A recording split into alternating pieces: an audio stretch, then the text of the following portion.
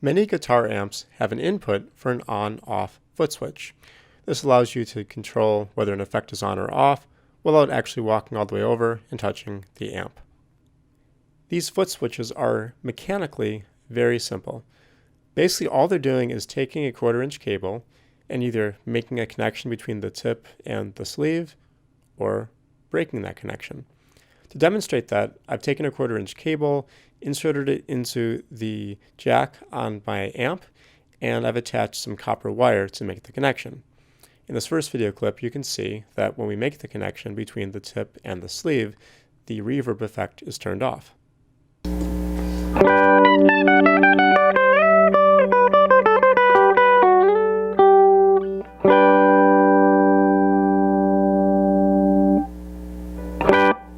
Now in this next clip, I've removed the connection, and you'll see that the reverb effect is turned on.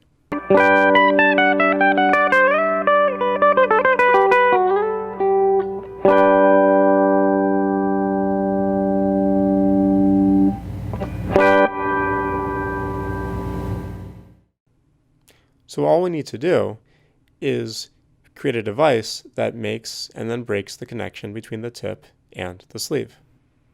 You'll need some blue painter's tape, a 3PDT latching switch, 1/4-inch jack, a case, some wire, and some fairly standard tools, including a soldering iron, some solder, a step bit, some wire cutters, and a pencil. To explain how the switch works, let's focus on the middle and right lug on the top row in the video. The switch has two configurations. On one configuration, those two lugs are connected.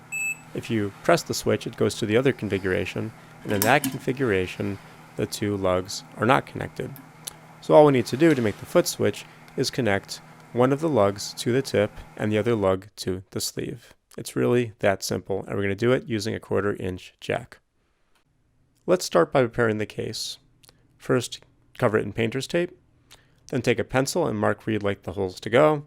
Then take your drill and drill the holes, always making sure to check to make sure that the holes are becoming the right size. Once you finish drilling the holes, it's a good idea to put the hardware in there just to make sure that everything fits and so that you have a good sense of how long the wires are going to need to be.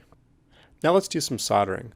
Cover all of the lug holes that you're going to be using in this build with solder. That includes both the holes in the 1/4-inch jack and the two holes that we talked about earlier. Now use your wire to connect the jack to the switch.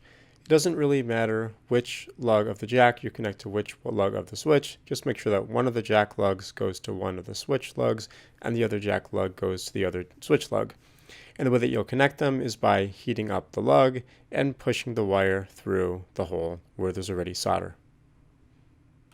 Now install everything into the case and you're good to go.